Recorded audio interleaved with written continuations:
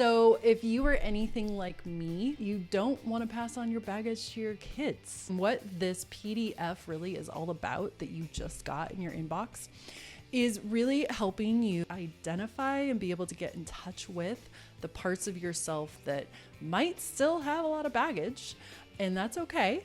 Okay, so we all do, we all have baggage. The important thing is to understand it and to recognize where it came from so that you can address it.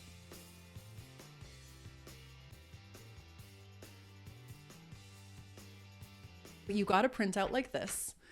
The first part at the top I have here, first step is to identify how your parent impacted you. When we start to recognize how our emotionally immature, maybe narcissistic, self-absorbed parents have shown up or not shown up in our childhood home, we start to understand that we were never the problem to begin with. And that is the work that I help people unravel within themselves. So the first part I say is if your parent at all was unpredictable, you didn't know what to expect from them, you may have responded by learning to walk on eggshells and controlling your emotions and holding everything inside, which means that you were not allowed as a child to just be yourself, to be a kid, to make mistakes, because you were in an environment that was dysfunctional and really made you feel as if you had to walk on eggshells in order to survive that environment. The second piece is if your parent was controlling, if they did a lot of things to manipulate you and control you in your childhood, you may have responded by becoming controlling of your environment and or your emotions, shutting your emotions down, holding your emotions inside, and then exploding because you can't hold it in anymore. Those are things that I struggled with so much for years, and I couldn't figure out, why am I responding this way? And it is because in my childhood home, I was not allowed to have my own emotions. When I had my own children, I didn't know how to express my emotions in a healthy way. And so I didn't. I held it all inside until my kids did something to piss me off enough, and then I exploded. And I hated that cycle. I felt like they were controlling this part of me that I had no control over myself. Also, if your parent was critical of you, you may have learned to be critical of yourself. Oftentimes, when we are raised in toxic family homes, we learn to be perfectionists. We learn to seek perfection, to have really high standards to the point where we can't ever meet them. And then we feel like failures when we don't, because we're not perfect. Nobody's perfect. And also, if your parent was impossible to please, you may have the tendency to be a people pleaser. This is how generational trauma manifests in us. If you are a people pleaser, if you do your best to not rock the boat, stay with the status quo, seek that external validation from other people in order to feel good about yourself, that is a normal, natural response to a toxic family home. There's nothing wrong with you, but you have to understand where these tendencies come from in order to really address them appropriately and effectively. The last piece is if your narcissistic parent was emotionally immature, you may have the tendency to feel overly responsible for other people's actions and behavior. This is such a huge one because when we have emotionally immature parents, they tend to function down here. And what do we do as children? We learn to function up here. We learn to function at a higher level to take care of them because they're not able to take care of us. So there's a reversal in the child ends up taking care of the parent. And what this does is it stunts our growth emotionally as children. And then the next generation, what do? We're still functioning up here at this higher level, taking care of everybody and feeling responsible for everybody's emotions and things that we can't control. And then we tend to pass that on to our kids. And so our kids end up not having to be responsible for themselves because we're responsible for everything. So this is how this kind of over-functioning, under-functioning pattern continues to the next generation. The second step is this pink part in the middle. And in this pink part, I talk about decoding your dysfunctional parenting. In order to really understand how to not screw up your kids, you have to understand that a dysfunction is living inside of you. Doesn't mean that you can't heal. It doesn't mean you're broken at all. Actually, it just means that you learned some coping traits that aren't serving you. But you have to know what the dysfunction looks like and how it's manifesting in your parenting with your kids. Because until we realize how it's actually manifesting with our kids, we can't address it. We can't fix it. So the second step is really important. If you are emotionally reactive with your kids, you may stuff your emotions and hold them inside until you blow up, like I was just describing, because you never learned how to process them as a child. Being emotionally reactive, again, is just a symptom of dysfunction. Dysfunction is living, alive and well inside of you. So if your kids are doing things to piss you off, if their behavior is attached to your ego, and what I mean by that is that you are triggered by their behavior where you are really reactive. And if they are behaving well, you're on a high. You are feeling like a kick-ass parent. You're doing good. You're like, yeah, I'm rocking it as a parent.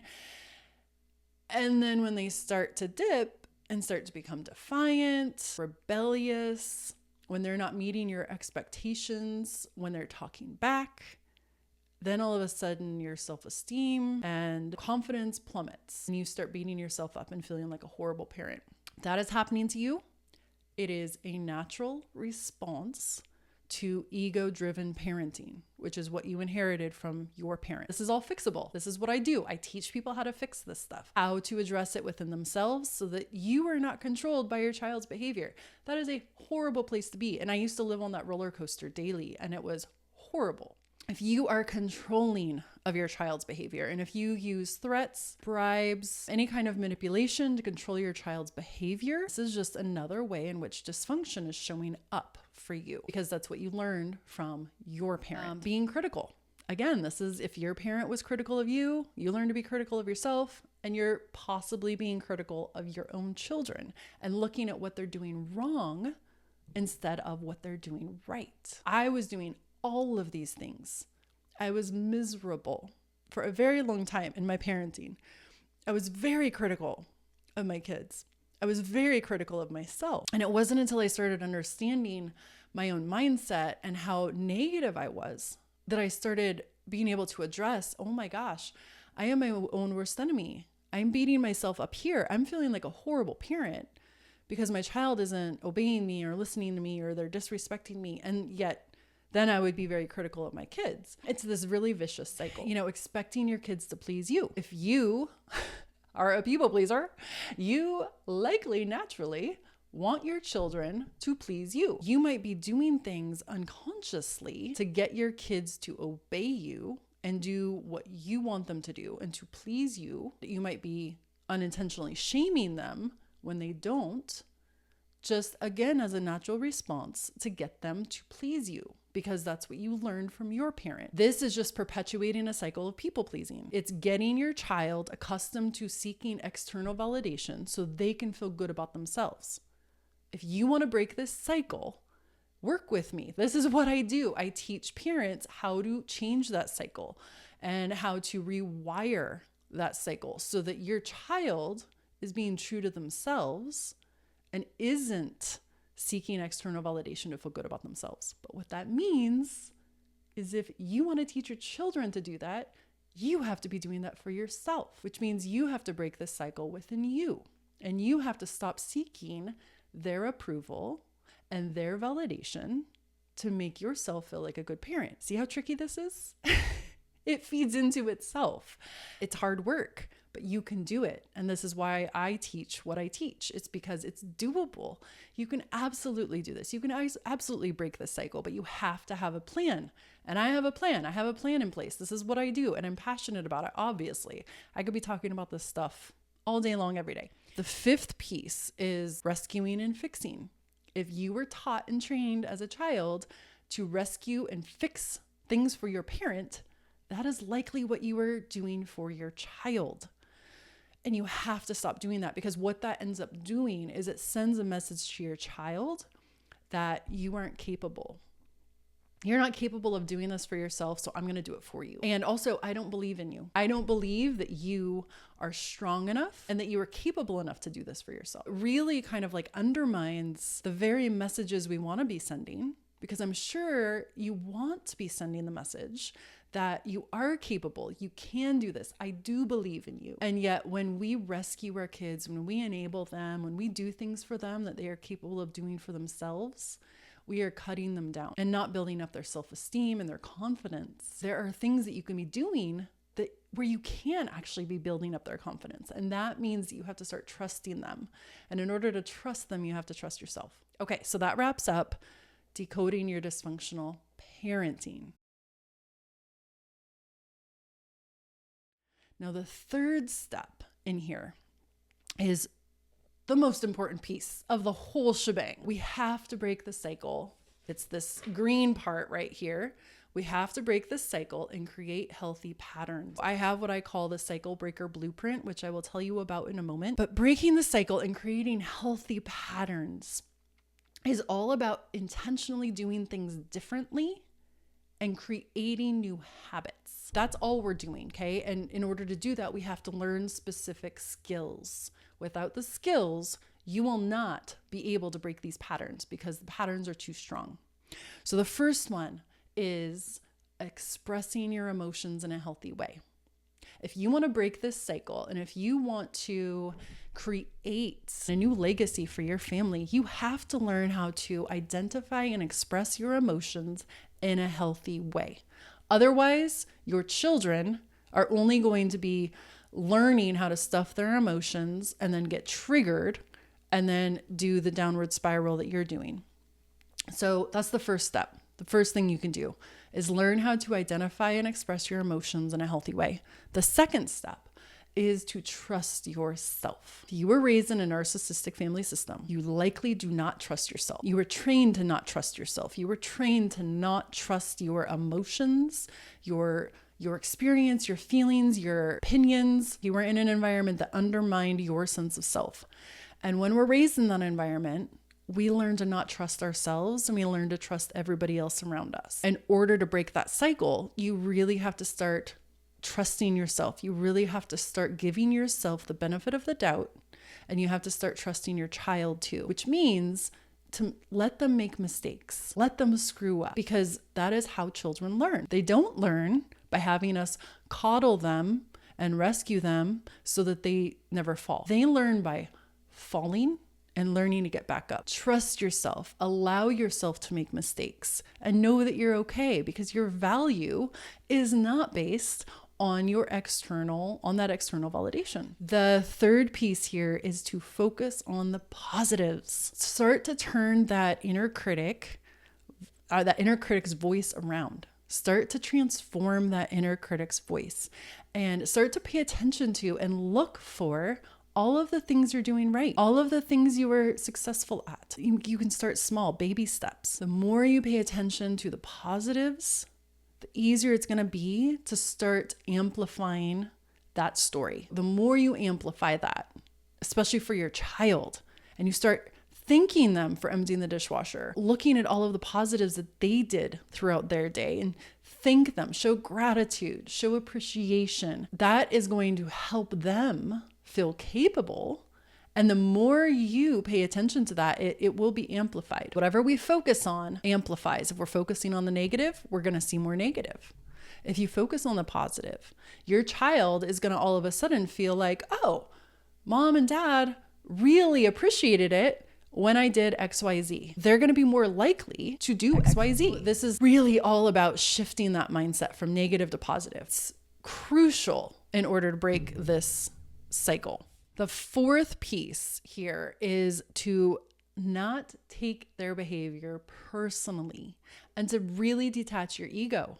You have to detach your ego. If you want to have power over your reactions and have any hope in changing and breaking this cycle, you have to detach your ego. And what this really means is that your sense of self, that your self-esteem, confidence as a parent is not reliant on what your child does. Now, that may sound completely bonkers, but I will tell you, I used to be, like I said, on this roller coaster. I felt completely powerless to this dynamic.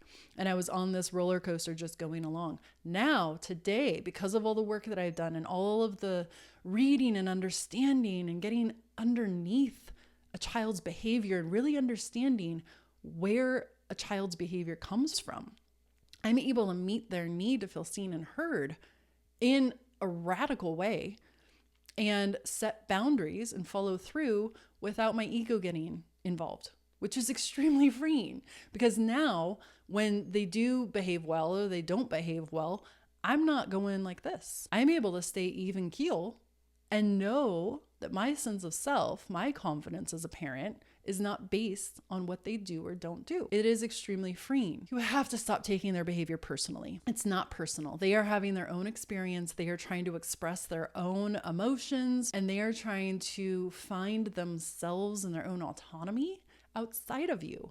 And sometimes that comes through rebellion. That is what I do. I help teach parents how to break these cycles. The fifth piece, the last piece here, is so big and it's scary, and I totally get it, but it is so important. If you want to break this cycle, you have to allow your children to fail. You have to stop bailing them out. You have to stop enabling them and taking care of everything for them. You have to pull back and stop coddling them. It means that you stop telling them what to do all the time. You start asking them questions. You start saying, hey, what is it you need to take to school today? You start putting them in the driver's seat. You start having them plan out their homework sessions instead of go do your homework. It's time to do your homework. Take care of your homework. It's, how are you going to get your homework done today? What's your plan? You put them in the driver's seat. And what this does is this builds into their sense of self. This builds into their capability that, oh, mom and dad believe in me. Mom and dad think I'm capable of figuring this out. And when you have, an expectation that they can actually meet, not a ridiculous expectation of perfection, but when you have an expectation that's fair and rational, that's something that they can actually meet and they meet it, that is so incredibly gratifying for them, and it builds into their sense of self. When you build into your child's sense of self, that comes back tenfold in so many different ways. That builds their confidence, that helps them feel like they do not have to do things in order to earn love, that they can stand on their own 2 feet and take a stand for what they believe in, even if other people don't like it.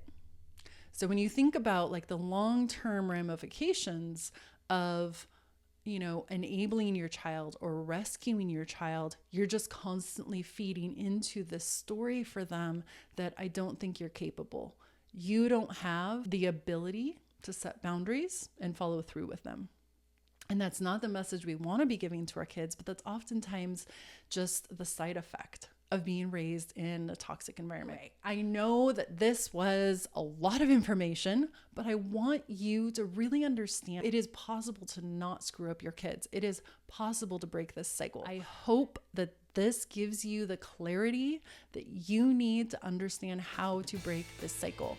And this is what I do. All of these pieces are a part of my bigger program where I take you step by step through, and we focus on how to set boundaries. What are your trauma traits? How is your trauma from your parents showing up in your life today? We go through step by step, and I take you through each of these areas. And so if you would love to set up a free strategy session with me, please do so. I am so passionate about this work, and I am so passionate about helping you break this cycle just like I have in my own family. I look forward to meeting you, and I hope that all of these tools are helping you become the badass that you were born to be. I will talk to you later. Bye.